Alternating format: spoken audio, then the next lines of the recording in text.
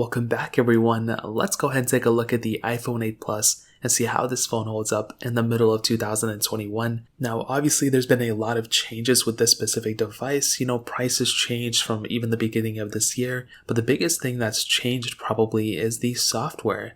First of all, we started with iOS 14 in the beginning of this year. Now we're on iOS 15, and although it wasn't that big of a change, it is a change nonetheless, and anything we can get for these type of older iPhones, I'm willing to talk about. Now, first of all, the body of this thing has still stayed the same. I don't think anybody's expecting anything to change with this body. The screen is still on the front 5.5-inch panel. Bezels on the top and bottom, definitely not the latest looking device, but I'm pretty cool with it. I've kind of said for a long time that, I think having a phone like this is still pretty decent, and we still have the iPhone SE 2, which also looks a little bit dated as well, but it kind of makes this thing look a little bit newer, if you know what I mean. Lightning port on the bottom. No headphone jack or anything, I think everyone knows that by now. Glass on the back still looks extremely good like I mentioned before. I love being able to have that type of glass on the back, which is awesome, and that dual camera setup as well. So that essentially covers it up in the body standpoint. I still think it's a very good feeling phone. It does not feel cheap at all. And like I mentioned before, when you have a phone like this is one of those cool things that you get when you have a phone like this. It just feels extremely premium. Now that essentially covers up the body standpoint, and now let's go ahead and hit on the specific software. Now here's the thing.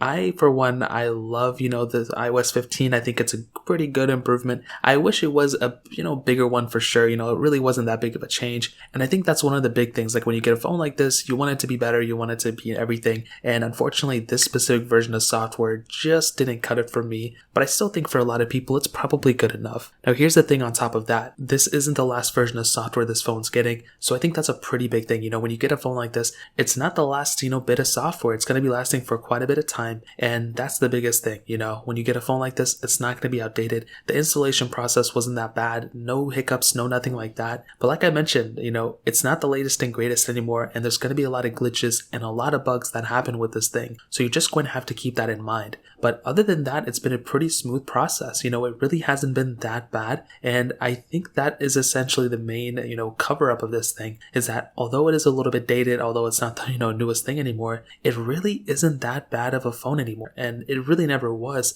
But iOS 15 didn't really make it super unstable. The battery life isn't as good and the performance is a little bit slower, but it's still fairly stable, mostly because I haven't had any reboots or resets or anything like that. With that being said, I would highly recommend you guys not to install iOS 15, but so far, it doesn't seem that bad in my opinion. So in terms of that pretty much covers it up. If you guys have any other questions or anything, let me know in the comment section below. Hit the like button, that'll mean so much, but definitely hit that subscribe button. More important than everything else, I love every single one of you guys. Hopefully I'll catch you guys in the next video. Peace out till then.